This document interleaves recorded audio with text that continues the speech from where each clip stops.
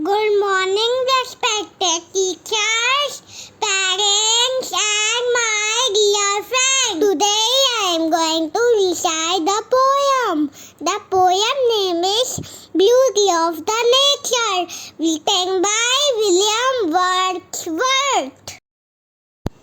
You know me well, I am wind. I am source of water, one of the main. I'm your friend, I am a tree. I am a home for birds and bees. I am a small little hill. I was climbed by Jack and Jill. I am a river, my water is cool. I am like a big pool. I am a mountain, big and small. I am so strong I can fall.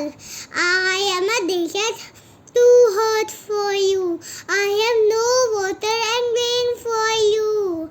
I am a plain, very fertile anyways. My surface is flat, as my name says.